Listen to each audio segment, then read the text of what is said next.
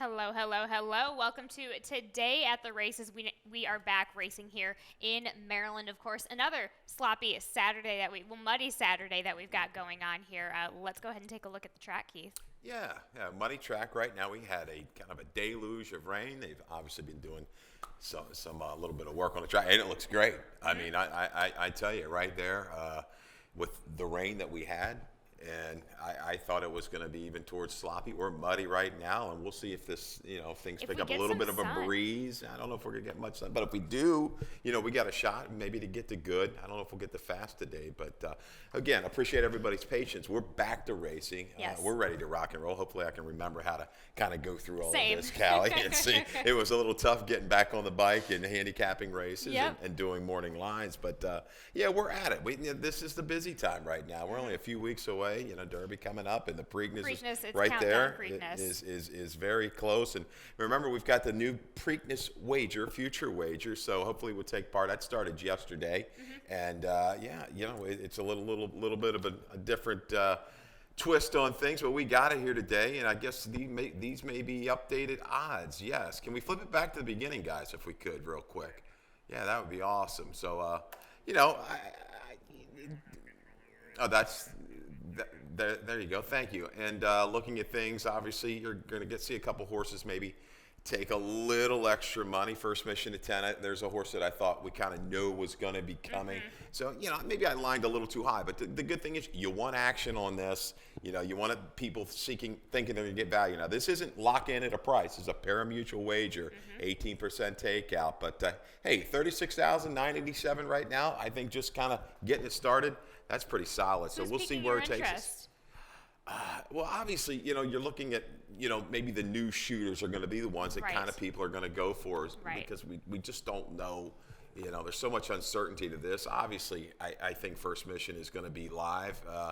Skinner, I thought, now he's in the Derby field, so they might kind of take off of that one a little bit. But, yeah, I think the odds are going to be First Mission, maybe a horse like an Instant Coffee could possibly, come down from a higher price. But right now, Forte 5-2. Sure. There you go. And it's pretty set on that one with Forte. Yeah, yeah. I mean, I know you've got opinions. I'm feeling. I think he's got to win the Derby if we're going to see him at the pre. That's the Oh, challenge yes. of this bet. Yes. That is the challenge. So there are going to be horses on there that are not going to be on the field, but you're taking a little bit of a shot there. So if anybody's got an angle, maybe somebody's lurking, so maybe one of those all other 3-year-olds are there. That they, a Baffert's got something, a new shooter, and you think you're going to get some value, you jump right in. But good to have it. It was a little interesting trying to do that line compared to a normal race line. But enough of that. We got to get cranking. We got 11 races, 5 stakes on today's card. Like I said, unfortunately, off the turf. And we certainly do. Let's go ahead and get started on Yeah. that, starting here in race number 1 with, of course, that early pick 5. In this Yeah. maiden claiming 12-5 for the maidens, 3, 4, and 5 going a 1-turn mile on the dirt as intended. Keith, you have the number 4 on top in appendage for Hammy Smith. Gets Angel Cruz today. Appendage. I think plenty of money is going to come in on the 7. Ask him. Okay, I'm just a little concerned about the good try, albeit he was 90-1, but visually it was a good effort against Better last time. Why the drop? Appendage, just a new shooter. I mean, you've got a 5-year-old maiden first going a mile. They got to think he can kind of get this, is what I'm thinking. This horse is a half to sway into Yes. and fro. Predominantly a sprint type, but has had a tremendous career, made a lot of money. I'm just taking a little flyer. Plenty of works under the belt. If anybody got to get a horse to go a mile first time out, I would think it's Hammy. Got plenty of bottom under appendage. And speaking of that, Hammy Smith, just a recent last 14 starters in the first route, 2 wins, 4 seconds, and 2/3. So there's a little bit of consistency there. You also have Warriors Reward, who is 30% with his first-time riders. Now that is the dam sire, not his sire, but still things are looking pretty good for Hammy Smith starter. And he goes and gets Cruz. I think they've won 2 in a row. Their last 2 together, they've gotten victory. So a little shot there. Just take in a stranger. Ask Amoku, we talked about the trip. I went back and watched the room from that March 31st race. hung 5-6 wide into that first turn. A little early move, was tugging with the rider, steadied about the 3/8, and really kept on grinding against a better field. I just don't understand the drop here, but I think just on paper, he's the horse to beat. Mr. Ripster ran pretty well. Now, that was a wind-dated opening quarter and half in that race on April the 1st that day. That's why those internals were so quick. They slowed it down late. But had to alter course multiple times and kept on grinding first off the claim. I think that horse can be there. This is a wide open opener. The 8 Don Bernardo is going to take some play. Even a horse like Doc Rock, comes out of a triple key race. Speed could be up there a long way. Bit of a wide open affair, as you said. And you got the 10. I do have the 10. Let me dig in on the 10 just really quickly. Yeah. Reckless Affair for Damon DeVico gets J-Ron Barbosa. To me, everything makes a little bit of sense. First ran in turf races with a lot of dramatic ongoing in those first 4 starts on the turf. Then you get to the dirt, uncomplicate things. Go to the lead on the dirt, not around a lot of horses. And the last race, to me, was super telling. Had an inside trip, just chickened out. So we get an outside post for this one today. I think that Reckless Affair is really going to appreciate it. Okay. I go ahead and take a stab. Was at 5-1, now is at 5-2, and to me, it makes sense with that one. But enough of race number 1 in that wide open affair, as you mentioned. Let's go to race number 2. That starts your early pick 4. And take it away, Keith. Yeah, all in on race 2. Why not? I even called Robin. I said, Robin, I need help. You got to look at this race for me. I was setting the odds. I was really kind of just in a stupor. Scratch the 8, keeping the edge. I take all. I can really kind of make an excuse for any one of these. I agree. Race 3, 11 and 14, John the Bear. Pyron singling in race 4. 2 Nimitz class, looking like one of the top handicap horses around here right now in this region. Really good. Race 5. 6 and 8. Class here for Kieran. Boys, I think that horse rock and roll last time. And Yodel AEO going that extra distance here out to a mile. $16. A nice $16 ticket for Keith Fusel there in the early pick 4, which does start in this allowance optional claiming, going a 1-turn mile on the dirt for the 3-year-olds and up. Keith, you have the number 7 on top. Holy Synchronicity. You are a big fan of this horse for Rudy Sanchez Solomon and John Avello. I am. And you look at the figs, in, out. But his last time at a mile, granted, it was on a fast track. This track isn't super soft. So a little bit of moisture in this racetrack today. He ran really big at a mile. Went quick, doppelganger, just fought tooth and nail. I liked him last time. I thought he was on a good race. He just kind of got in a lot of trouble early, out of the gate, stumbled, fried in between horses, and they went quick. He's going to have some speed to deal with, maybe with all threes who sent, but rode the bias that day on the 13th. Really big effort. Can he duplicate it? I don't know. I like Holy Synchronicity positioned outside of that one. He can shadow all threes and hopefully separate. He's going to have to worry about some closers, though. I think Be Better, your top selection, we've got a stat on it, could be dangerous here second time for Brittany. With Brittany Russell in the past 2 years, here at Laurel Park specifically, 48% in the winner's circle, 15 for 21 in the money. Keith, as you noted, with these dirt routes, specifically second off of this 45, 100-day type of layoff, $3.80 for Be Better and Brittany Russell. Clearly, though he has some ability putting all of this, with Rapoli putting all of this time in, I think Rapoli has been really patient with him. But second to Shaft's Bullet last time out. So to me, that says everything within itself comes back. And as you mentioned, that really nice stat to kind of wrap everything up with a bow with him. Should be making up some ground late. He was under some urging. He had a pretty good setup last time. I expected a little bit more fire, but second time here in the barn. Yes, 110. Always like this horse. Off a little bit of a freshening. Might need a little help. He's very proficient at the mile distance. Even Guillaume, going first off the claim, has some races on the page. He's kind of that tweeter type, just off the pace. He's a chaser, but when he's right, he can grind it out. This is a very tight race. It's very tough to separate these horses. It is. From a flat bet standpoint, no less than 3-1 can you take on anybody in here. I agree. And I mean, look at our selections. We're kind of a bit all over the board as well with that. So if that tells you anything, Keith clicks all in his first leg here in race number 2. Let's go to the second leg in race number 3 in this allowance optional claiming 40,000. Originally 5.5 on the turf, now on the dirt. Scratch in the 1, 8, 2, 10, and 9. We have the MTO, John the Bear, coming in, but you go with Pyron on top for Jamie Ness, Jamie Rodriguez on top. Yeah, just a little bit of an extra value possibly. John the Bear going to take a slew of play, lots of action here of John the Bear. But Pyron, you go back to the last time, I know going way back that he had Lasik sprinting on the dirt. He ran an awfully big number at the fairgrounds. That was a hand time race, but He caught some tough horses down there in on that circuit. So I thought, hey, he's kind of raced into shape, back into shape. He's going to go second time for Jamie Ness. I expected a little more punch. He was my pick last time out on the turf. He can handle the dirt. He's going to need a little help up front. If John the Bear gets some company with, say, maybe a Top Boss or somebody else, I think Pyron can run and maybe nab him at the wire. But the races, I think, with a clean break, is going to go through John the Bear. I agree. I think with Pyron, the race sets up so well for him, and him having he won second time out on the slop at Oaklawn in his second career start. So he's set on this. He's going to be set on this surface today. Let's talk about John the Bear, and let's take a look at John the Bear, who was second to back in the woods last time out. Yeah, I like back in the woods a little bit later today. But John the Bear, last seen February the 26th, gets kind of bumped and sandwiched in between horses. Had to rush up about 4 wide in between with the red and the white checks there. Now watch this. There's another horse, Karen's Notion, kind of gets shuffled back. And then John the Bear, ever so slightly, when back in the woods kind of tapered over a little bit, he had to steady. He came back and made a little run 4 wide. Game to the wire just wasn't quite good enough. But looking at the field, he could be the predominant speed. I know Top Boss has it, but I don't know if he's got the speed of John the Bear. If he clears early, he's probably gone. It depends what Toledo does, because he has this outside post, especially I thought that was a very smart move with what he did last time out. So with Top Boss being on his inside, if he has the chance, on his outside, it really is going to be interesting, because we know John the Bear can handle that clear opposition early on. So again, super interesting. We get this one with Lasix back again. So like I said, I just thought it was really smart with what Toledo. But the problem is Toledo's hand might be forced today. Yeah, I think Indian Lake, he's capable. 5.5, maybe a touch too short, but he shows a race on the page 3 back, beats 3s over deuces.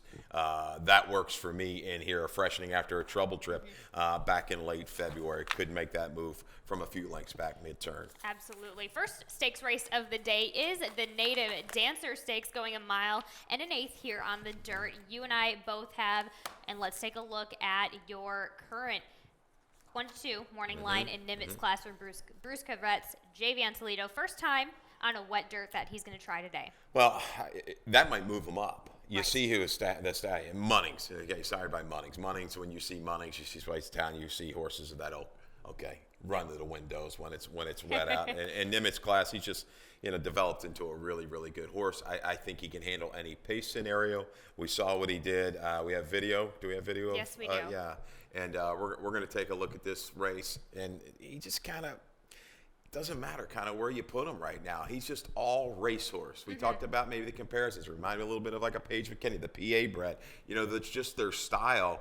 And on this particular afternoon, March 18th, his last race, just kind of toyed with field, well in hand through pretty decent internal fractions. Goes up, hello, hot rod. An honest horse. It's maybe not quite the form it used to be, but just dispose of that one to the other rivals and opens up. He just powers away here from the 3/16 pole home with a clean break. He'll probably let a horse like Nostalgic run and eat the beer cold, just go ahead and go, and I would say take a tracking position off of those two. And talking to Bruce after that race, Bruce always said that he always wanted to see and is confident in how far this horse can go. So this is just another step in that direction. Haftakalosaurus, of course, and Island Ice both are able to handle an off-track 5 for 12 to be exact with those tries on a wet dirt for Nimitz class. So things are looking pretty good for him. But let's talk about the number 3, American de Oro, another one who does love an off-track for Ricky Silliman and Laura Lee Glazer. Now, I lowered the morning line on this when I originally had this horse at 8, and Nimitz class could be shorter than 1-2. He could be 2-5, but anyhow.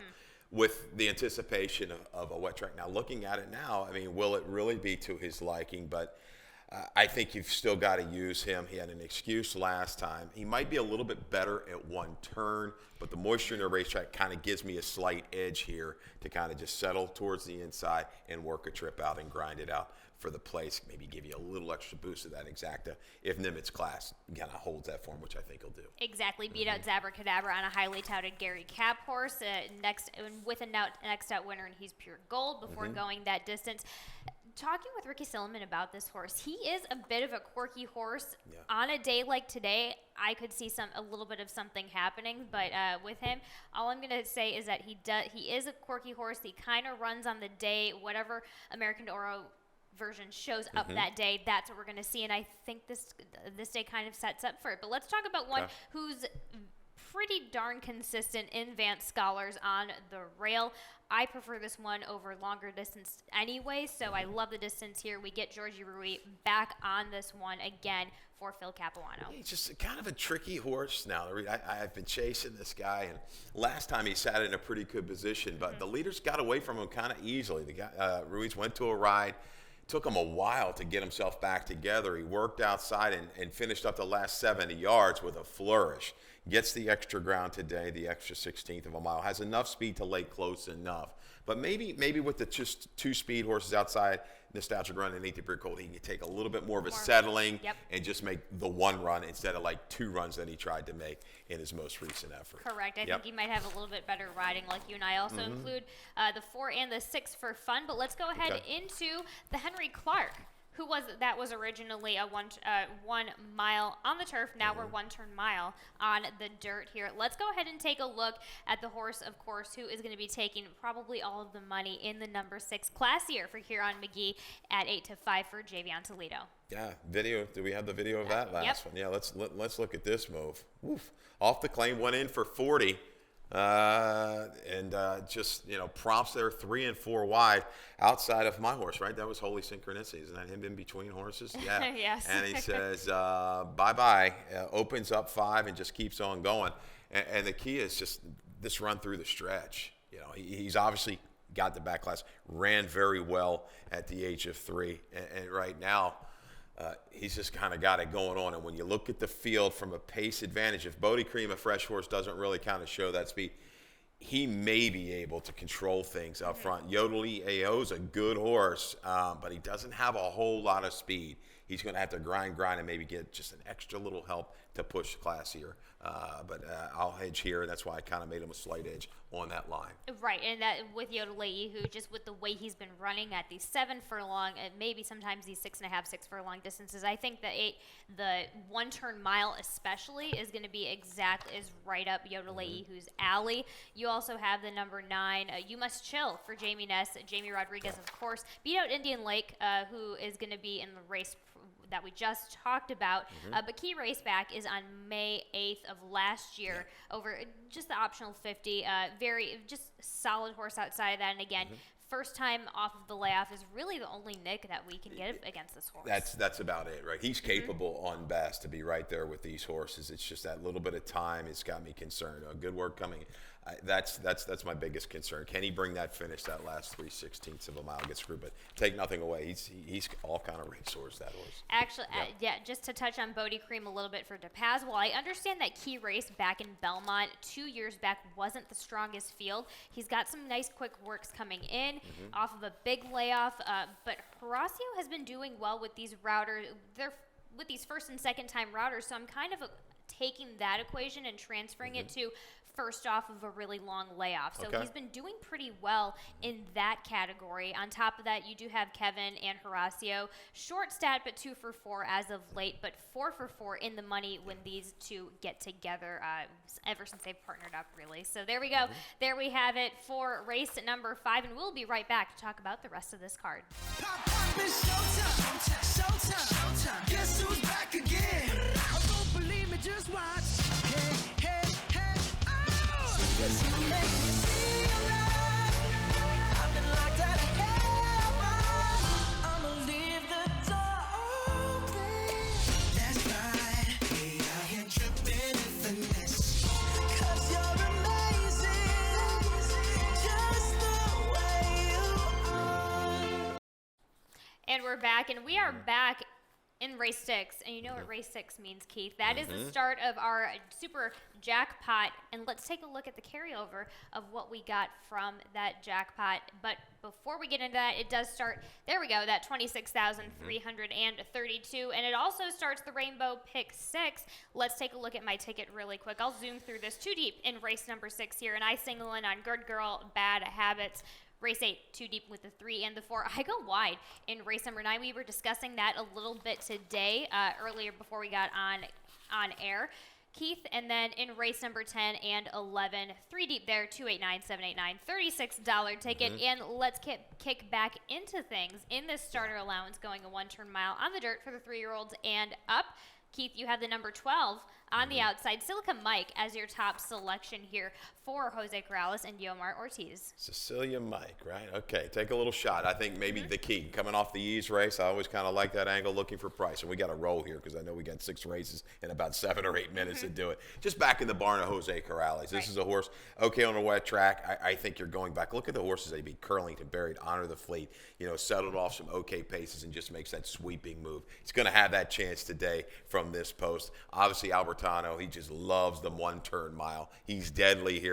He and the Velvet Ghost, they have their own little rivalry going right now. And Velvet Ghost got the better of him last time. And those other 2 trips, Velvet Ghost might have had even a little tougher trips, but the edge, maybe slightest of edges to Albertano just because of this 1-turn mile. And race number 7, is this allowance optional, claiming 62.5, going 7 furlongs on the dirt for the straight 3-year-old fillies. Let's go ahead and take a look at Good Girl, Bad Habits, who is going to be 7-5 for Brittany Russell. Yeah, when you see horses like this and you get kind of excited in debut. A little bobble here out of the break. Not square in the hind end. Yeah, just a little bit off it. Watch this quick recovery and the acceleration. Just a little bit of a nudge by Toledo and says, okay, I'm going to go ahead and just cruise on clear. Was able to clear kind of there with ease.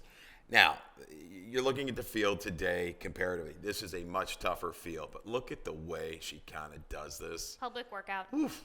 Just well within herself. Going to have to go out to 7/8. Might be a little bit tricky here, but looked at the breeding. The family, one of the siblings handled it going longer, no issues. I think graded stakes place going long. And if you kind of compare March 10th, Good Girl, Bad Habits, the final time, 105 and 1, a full second faster, doing it in hand over the split race of Devil Pays in Gold. So with a clean break, she's out there. Anybody wants to go with her, it could be at their peril. She's going to be very, very tough. I think Goldiness is very sharp right now for Jamie Ness.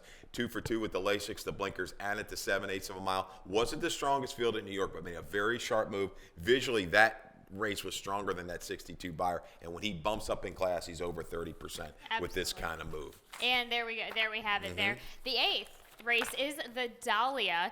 Here, originally 8 furlongs on the 1 mile on the turf, and now we are a 1-turn mile on the dirt for the girls, 3 years old and up, with the recent scratch in the number 8. Surprisingly, you and I both land on the number 3 Silver Currency for Brittany Russell, Sheldon Russell. This one will not be going off at 12-1, Keith.